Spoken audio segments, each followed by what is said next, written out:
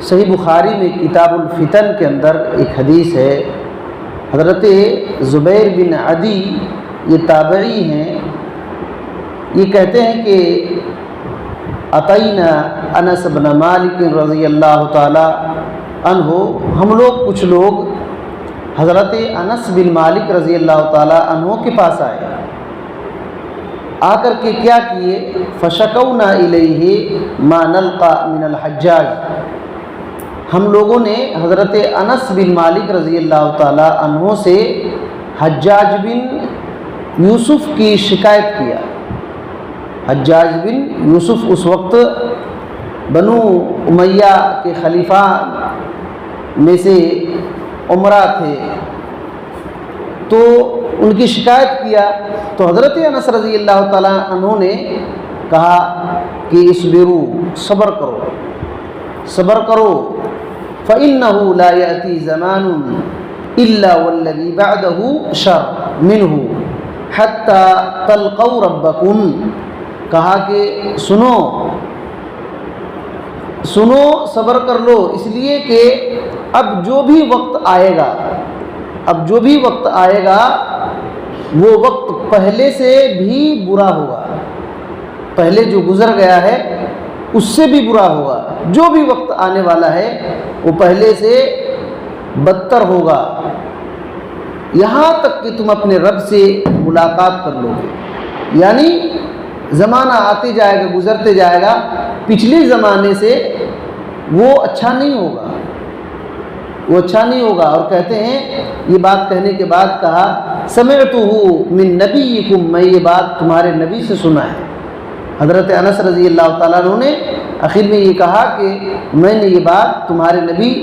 صلی اللہ علیہ وسلم سے سنا ہے، یہ روایت ہے۔ تو دیکھیے اس حدیث میں جو اہم بات ہے وہ ہے کہ جب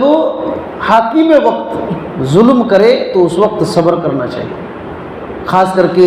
مسلم حاکم، اگر مسلمان حاکم ہے اور وہ ظلم کر رہے ہیں، یہاں تک کہ اگر مال چھین لے، پیٹھ پر کوڑا برسا کر کے پیٹھ کو چھلنی کر دے، پھر بھی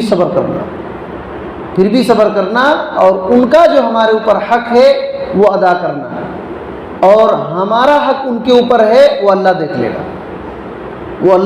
گا، لیکن ہم کو صبر کرنا پڑے گا۔ حجاج بن یوسف الثقفی یہ بہت ظلم کیے، یہاں تک کہ حضرت عبداللہ بن زبیر رضی اللہ تعالیٰ عنہ کو قتل کرنے کے لیے پورے مکہ کو گھیر لیا۔ حضرت عبداللہ بن زبیر رضی اللہ تعالیٰ عنہ جو اسما کے بیٹے تھے، اسما نبی کریم صلی اللہ علیہ وسلم کی سالی، ابو بکر رضی اللہ تعالیٰ عنہ کی بیٹی، تو ابو بکر رضی اللہ تعالیٰ عنہ کے جو نواسے تھے عبداللہ بن زبیر رضی اللہ تعالیٰ عنہ، ان کو قتل کرنے کے لیے پورے مکہ کو گھیرے، یہاں تک کہ تاریخ میں یہ بات ہے کہ بیت اللہ خانہ کعبہ کے کچھ حصے کو بھی منجنیق سے گرایا، اتنا ظلم کیا، بہت سارے لوگوں کو قتل کرایا، بہت ظلم کیے حجاج بن یوسف۔ تو حجاج بن یوسف کے زمانے میں ظلم یہ سب دیکھ کر کے لوگ حضرت انس بن مالک رضی اللہ تعالیٰ عنہ کے پاس گئے۔ حضرت انس بن مالک رضی اللہ تعالیٰ عنہ نبی صلی اللہ علیہ وسلم کے خادم، 10 سال خدمت کیے، نبی صلی اللہ علیہ وسلم کی 10 سال خدمت کیے، اللہ نے ان کو لمبی زندگی دیا تھا، تقریباً یہ 90 ہجری تک زندہ تھے، تقریباً 90 ہجری تک یہ زندہ تھے، اور اس وقت حجاج بن یوسف کے زمانے میں تھے، تو لوگ، یہ صحابی ہیں، لوگ ان کے پاس آ گئے، شکایت کرنے لگے کہ حجاج بن یوسف بڑا ہم پر ظلم کر رہے ہیں، تو انہوں نے یہ کہا کہ صبر کرو، یہ جو وقت ہے نا، آنے والا وقت اس سے خطرناک ہوگا، اس زمانے میں یہ تھا تو اس زمانے میں کیا ہوگا، آپ سوچئے، وقت تو کافی گزر چکا ہے نا، تو اللہ کا شکریہ ادا کیجئے کہ آنے والا وقت اور خطرناک ہوگا، ہم تو بالکل قرب قیامت کے جیسے کل قیامت ہوگی اور آج تو نہیں ہے نا، کم سے کم تو بہت بہتر ہے پھر بھی، ورنہ آئندہ اتنا خطرناک ہوگا کہ لوگوں کے پاس اسلام معلوم نہیں ہوگا، اسلام کس کو کہتے ہیں، نماز کس کو کہتے ہیں، روزہ کس کو کہتے ہیں، صرف بولیں گے لا الہ الا اللہ اور کہیں گے کہ ہم نے اپنے خاندان میں کسی سے سنا تھا لا الہ الا اللہ پڑھ رہے تھے، کیوں پڑھ رہے تھے معلوم نہیں۔ جیسے ابھی آدھار کارڈ کے مسلمان رہتے ہیں نا، اس سے بھی گئے گزرے آئیں گے لوگ ابھی فی الوقت بہت اچھا ہے فی الحال، تو جتنا نبی صلی اللہ علیہ وسلم کے زمانہ سے زمانہ اور دور ہوتا جائے گا اتنا خطرناک فتنے آتے رہیں گے، تو یہی کہا حضرت انس بن مالک رضی اللہ تعالیٰ عنہ نے کہ جتنا زمانہ آئے گا وہ پہلے زمانے سے اور بدتر ہوگا، یہ نبی سے سنا ہے میں نے صلی اللہ علیہ وسلم، یہاں تک کہ تم اپنے رب سے ملاقات کر لو گے۔ شیخ ابن عثیمین رحمۃ اللہ علیہ نے ایک بات یہاں بتلائی، کہتے ہیں کہ جب حاکم وقت ظلم کرے لوگوں پر، عام لوگوں پر، تو سمجھ لینا چاہیے کہ لوگ اپنے اوپر ایک دوسرے پر ظلم کر رہے ہیں، تبھی اللہ تعالیٰ ان کے اوپر کسی ظالم کو رکھا ہے۔ بات سمجھ آ رہی ہے؟ کہہ رہے ہیں کہ جب بھی حاکم ظلم کرنے لگے عام لوگوں پر، تو سمجھ لینا چاہیے عام لوگوں میں غلطی آ گئی ہے، اور اللہ تعالیٰ ان کو سزا کے طور پر اس سے بھی بڑے ظالم کو بیٹھا دیا ہے۔ اور بالکل یہی ہے، بالکل ایسا ہی ہوتا ہے۔ تو یہ قرآن مجید میں بھی ہے، سورہ الانعام میں جو 6 نمبر کی سورہ ہے اس کی آیت نمبر 120 پر 9 میں یہ بات ہے، كَذَلِكَ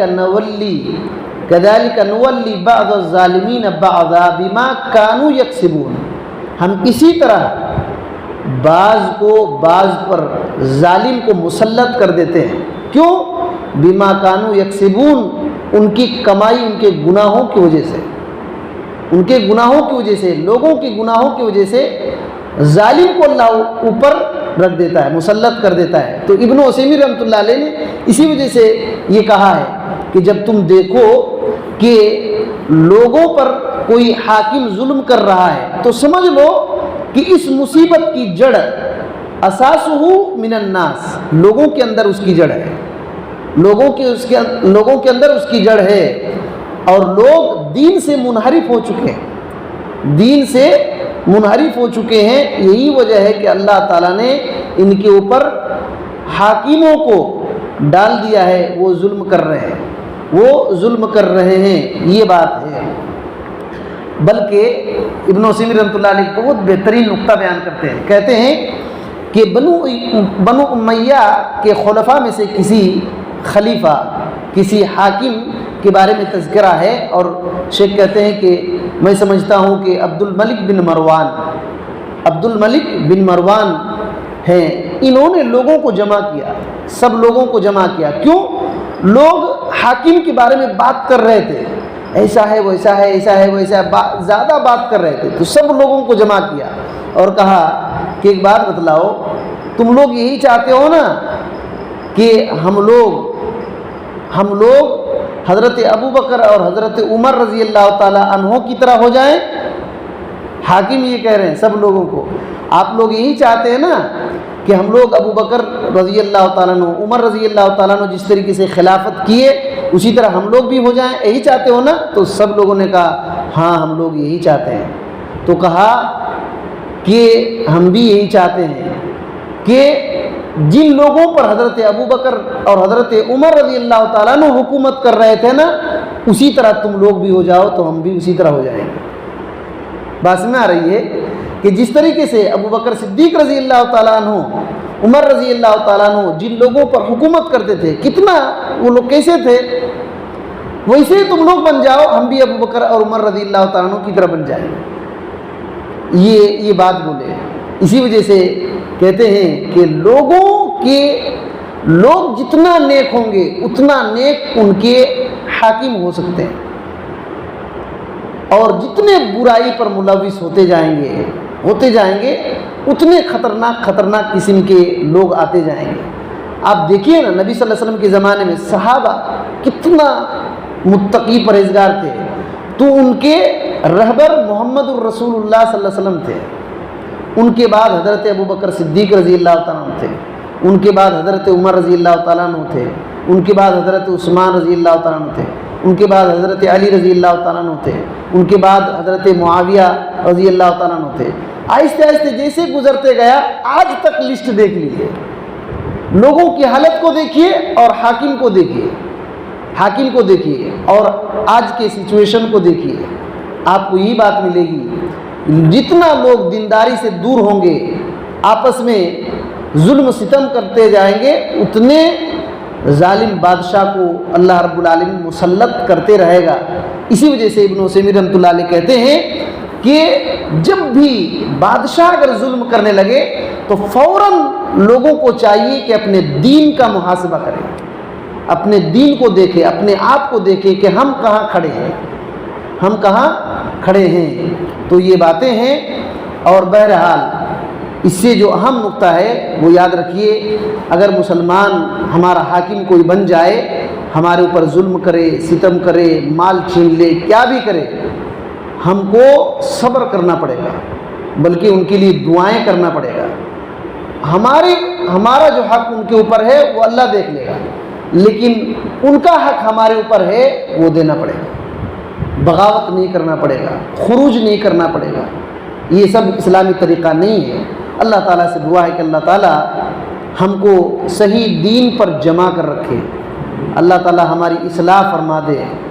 اور ہم کو ظلم ستم سے بچا کر رکھے۔ آمین۔ السلام علیکم ورحمۃ اللہ۔